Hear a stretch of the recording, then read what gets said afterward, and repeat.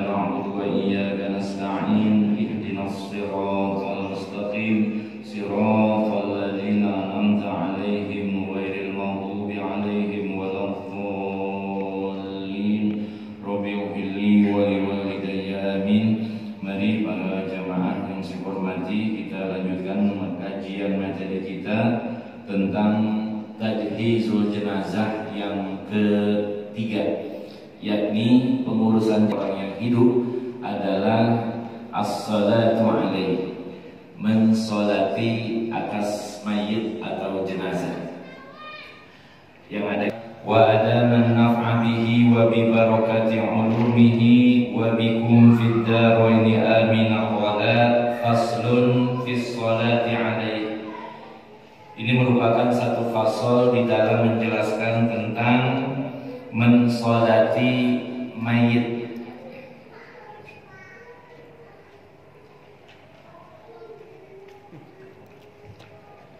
Laisa fiha ruku'un wala sujudun fiha. Ya. Dalam matan yang lain disebutkan bahwa laisa fiha, tidak pada sholat jenazah itu ruku'un wala sujudun, kagak ada ruku dan sujud. Ini kadang-kadang jadi anekdot juga. Jadi cerita ketika ada orang yang memang lupa, rupanya nih anak santri nyantren tapi kagak ngaji, jadi tidur mulu rupanya. Ketika dia pulang, bapaknya meninggal, disuruh nyolatin. Kan memang kalau sholat jenazah yang paling afdol itu adalah ahli waris. Itu yang paling afdol, ahli waris. Nanti turunannya satu bisa anak, kemudian ayah, kemudian kakek, atau turunannya nanti cucu. Gitu. Nah rupanya nih anak disuruh imamin sholat jenazah. Kadang dia mungkin dia kagak belajar begitu ya, main atau gimana, dia tidur santai. Akhirnya dia melaksanakan sholat jenazah pakai ruku, pakai sujud.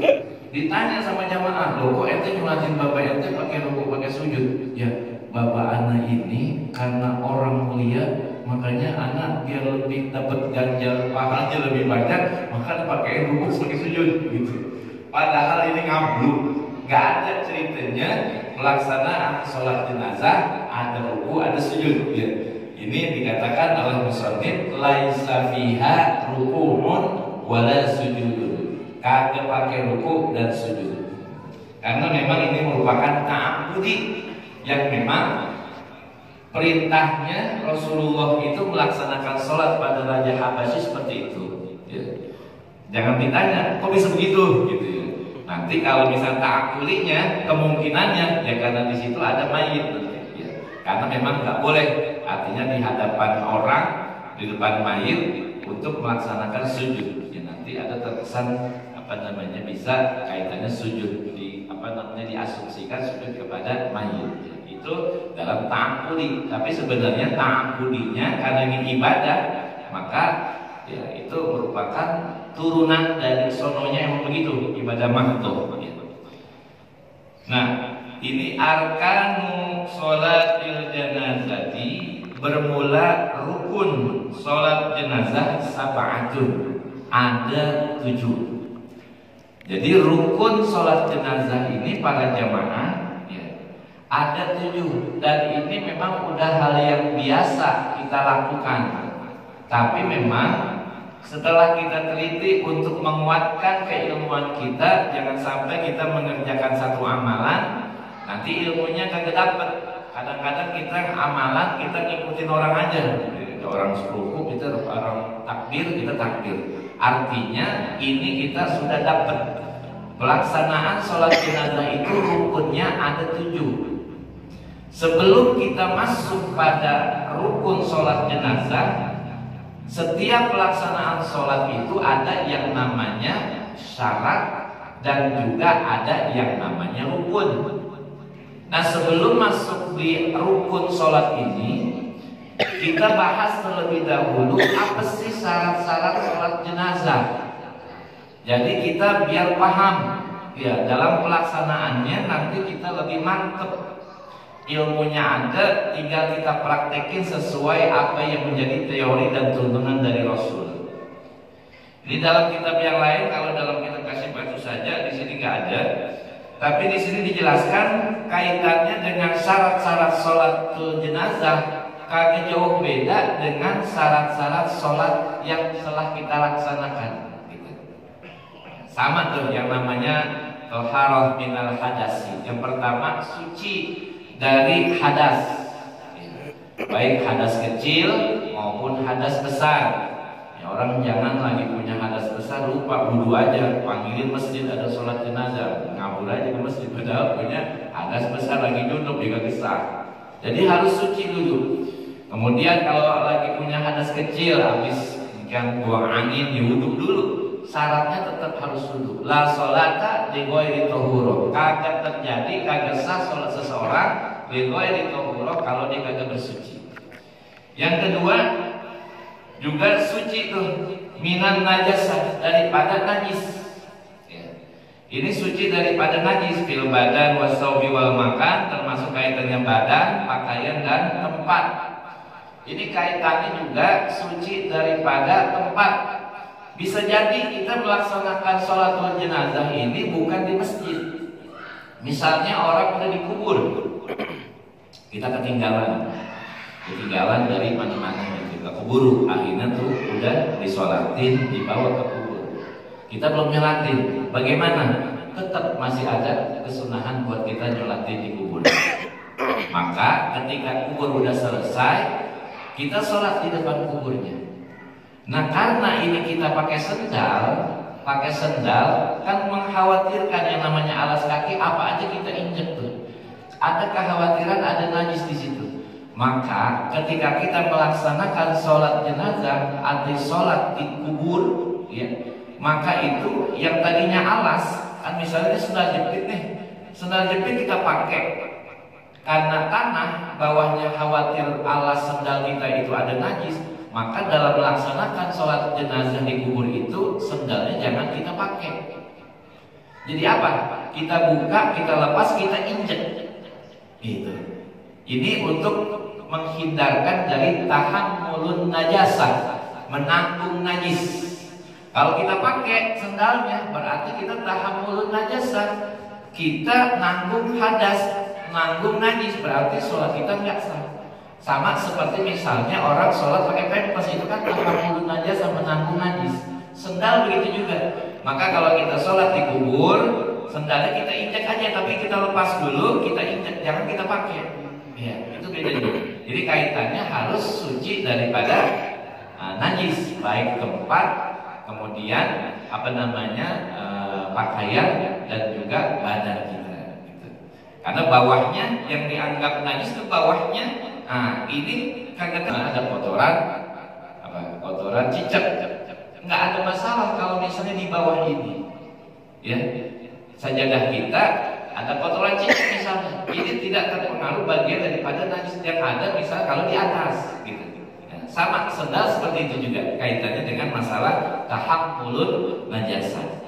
Itu syarat yang kedua, ya, suci daripada ya pakaian, badan, juga tempat. Yang ketiga sama istiqbalul kiblah, menghadap kiblat. Ini kaitannya syarat bagi sholat yang mayitnya itu hadir, artinya ada di tempat kita. Tapi kalau sholat yang ghaib, al-mayyitul ghaib, mayat yang memang kagak ada di tempat, ini tidak mengharuskan untuk menghadap yang ikutin tetap madhab kiblat, tapi nanti tidak menyesuaikan kepada mayatnya. Ya, artinya mayatnya tidak harus mesti ada di hadapan kita. Kalau menghadap kiblat mewajibkan, baik sholat yang hadir maupun sholat yang ghaib itu tetap menghadap kiblat. Yang menjadi masalah nanti mayatnya akan kita bahas. Kemudian yang keempat, dukhulul waqti, masuk waktu. Sholat jenazah juga harus ada yang namanya masuk waktu. Kapan sholatul jenazah itu bisa dilaksanakan? Syaratnya adalah ketika mayat atau jenazah itu sudah dimandikan. Kalau mayat itu belum dimandikan, belum boleh dan belum sah untuk dilaksanakan sholatnya. Sama juga dengan mayat yang memang dikatakan jenazahnya itu ghaib. Ya, sholatul ghaib ini misalnya ada jenazah di Surabaya. Ya, kan ini namanya jauh, kita nggak mungkin melaksanakan sholat ya, dengan kondisi yang memang jauh kondisinya, kita nggak bisa ke sana. Maka kita melaksanakan sholat ghaib. Kita mau melaksanakan sholat ghaib harus konfirmasi ke sana dulu. Misalnya rencana sholat jenazah di sana dilaksanakan, dimandikan jam 11. Berarti kita setelah jam 11 lebih, katakanlah 1 jam, ya biasanya kalau memandikan itu bisa sekitar 45 menit sampai 1 jam. Ukuran 1 jam berarti jam 12 dan habis zuhur kita baru boleh melaksanakan sholat ghaib. Itu syarat ghaib itu dilaksanakan karena 2 hal. Satu, kondisi mayat itu adalah di luar kota, bukan berada di kota kita. Tapi kalau misalnya ada jenazah kita, misalnya jamaah meninggalnya misalnya di Palmerah begitu, kita di sini mau sholat ghaib kagak bisa. Ya, kenapa? Karena masih satu kota. Kecuali di luar kota, misalnya di Bekasi, itu termasuk luar kota, itu bisa. Ya, dilaksanakan sholatul ghaib. Tapi kalau masih dalam satu kota, ya nggak mesti harus 2 marhalah. Kurang dari 2 marhalah, misalnya 45 kilo, itu dikatakan boleh melaksanakan sholatul ghaib. Yang kedua, syaratul ghaib juga, yaitu harus dimandikan. Ya, sudah dimandikan. Jadi 2 nih syarat untuk sholatul ghaib. Satu, dia berada di luar kota. Ya. Yang kedua, sudah dimandikan. Itu masuk waktu. Jadi artinya di depan imam. Ya. Ini syarat kalau jenazahnya itu adalah yang hadir di kota kita. Ya. Jadi dia nanti pelaksanaannya mayatnya di depan, baru imam, kemudian jamaah. Tapi kalau jenazahnya ini ghaib, itu tidak mengharuskan ada di depan, karena memang ghaib, nggak ada ya, di luar kota. Nah ini prinsip maksudnya apa? Sholat jenazah yang menjadi prinsip adalah jenazahnya harus di depan. Masalah entar kepalanya di sebelah selatan atau kepalanya di sebelah utara, itu memang ada 2 qaul. Ya, ada 2 qaul. Cuma ini jangan dijadikan hal yang sifatnya percekcokan. Ada nanti khawatir ada jenazah, kata ustaz ini palanya di sebelah selatan. Kemudian ada ustaz yang menolak palanya di sana, diputer-puter tuh dijepit. Nah, ini masalah teknis. Ya. Jangan kita terlalu paku. Artinya nol ustaz menolak palanya sebelah sono, sebelah selatan. Nah, kata ustaz palanya sebelah utara. Ini jangan dijadikan perdebatan. Yang prinsip adalah bahwa jenazah itu adalah di depan imam. Ya. Cuma nanti yang paling afdol akan ada pembahasan tersendiri, mana yang lebih afdol, kepalanya di sebelah utara apa kepalanya di sebelah selatan. Nanti ada pembahasannya. Kemudian berikutnya, syarat daripada sholatul jenazah itu nanti dia tidak menimbulkan tahari. Artinya apa tahari? Menyengaja pelaksanaan sholat jenazah di waktu-waktu yang diharamkan. Kan kita udah belajar ada waktu-waktu. Yang kedua ba'da subuh, itu melaksanakan sholat sunnah yang memang tanpa ada sebab. Sholat mutlak itu haram kita laksanakan. Demikian juga sholat jenazah. Ini ada 2 qaul. Sholat jenazah ada yang mengatakan dia merupakan sababnya sabab mutaqaddim. Kalau sebab mutaqaddim artinya boleh kita melaksanakan di waktu-waktu yang diharamkan seperti ba'da asar atau ba'da subuh. Mana contohnya? Sholatul tahiyatul masjid merupakan sholat yang mempunyai sebab mutaqaddim. Sebabnya udah duluan. Ketika kita mau masuk masjid, misalnya habis subuh kita sholat jamaah, kemudian pas pulang kelupaan, oh iya kacamata di masjid ketinggalan, dia masuk masjid tuh, masuk masjid mau ngambil kacamata, karena sampai kapanpun dia masuk masjid, kesunahannya tetap dituntut.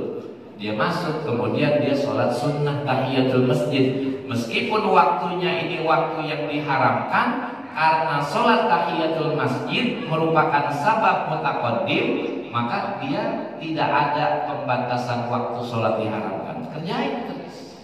Sama habis asar begitu juga. Namanya sholat yang punya sabab mutaqaddim. Sholat tahiyatul masjid mau kapanpun kita laksanakan, kagak ngeliat dia waktu habis asar, habis subuh, jalan terus. Sama kayak misalnya sholat di Masjidil Haram, nggak ada kaitannya waktu-waktu tahrim. Dia mau kapanpun sholat, kagak ada pembatasan dalam apa namanya di Baitullah. Ya, itu kapan aja sholat, nggak ada pembatasan. Sholat tahiyatul masjid begitu juga. Ya, kapanpun kita laksanakan, mau habis asar, mau habis subuh, itu tetap punya nilai pahala. Dan demikian juga yang mengatakan sholatul jenazah kayak gitu. Jadi mau habis asar dilaksanakan dari masalah. Tapi ada ulama yang mengatakan bahwa sholat jenazah ini sababnya sabab mutaakhir. Maka dia nggak boleh dilaksanakan habis asar. Artinya apa? Kalau tidak ada unsur kesengajaan boleh. Maksudnya unsur kesengajaan bagaimana? Misalnya mayat meninggal jam 9, kemudian dimandiin sekitar pukul 1, selesai misalnya jam 2, tapi dia kata ntar aja sholatnya ba'da asar, padahal itu udah siap untuk disolatin. Itu namanya sengaja. Kenapa? Karena jenazah yang paling afdal adalah di masjid. Kemudian dilakukan secara berjamaah. Kalau mau sholat sendiri ya silahkan, tapi yang paling bagus adalah secara berjamaah. Dan yang paling diupayakan itu adalah kurang 40 jamaah. Ya. Kalau kita melaksanakan sholat jenazah 40 orang, itu merupakan syafa'ahumullahu lahum alaihi. Orang yang melaksanakan sholat 40 orang itu sholat jenazah, itu Allah akan memberikan syafaat kepada yang 40 lahu kepada mayit untuk memberikan pertolongan kepada mayit itu. Artinya apa? Nilai ganjarannya lebih besar. Syukur-syukur kalau bisa sampai 100. Sekalipun kita ngundang orang minta tolong nih sholatin jenazah, kan ada yang begitu tuh, kadang di kampung ada minta tolong sholatin jenazah karena pakai amplop, itu gak masalah. Dari harta tilkah mayit itu diambil buat apa? Biar yang nyolatin banyak. Gitu. Salah satu suku sunnahnya dibikin 3 saf. Yang pertama adalah niat. Allah Ta'ala. Atau juga lebih gampang dengan bahasa azhil janazah. Jadi nggak ngelihat domir perempuan atau laki. Usolli ala hadhil janazati arba'at takbiratin fardu kifayatin lillahi ta'ala. Aku sholat jenazah atas mayit ini 4 kali takbir fardu kifayah karena Allah Ta'ala. Ihram. Kemudian yang ketiga al-qiyamu 'alal qadiri. Yang ketiga ini adalah berdiri bagi yang mampu. Sama disunnahkan untuk membaca doa iftitah. Allahumma ba'id baini, atau misalnya Allahu akbar kabira.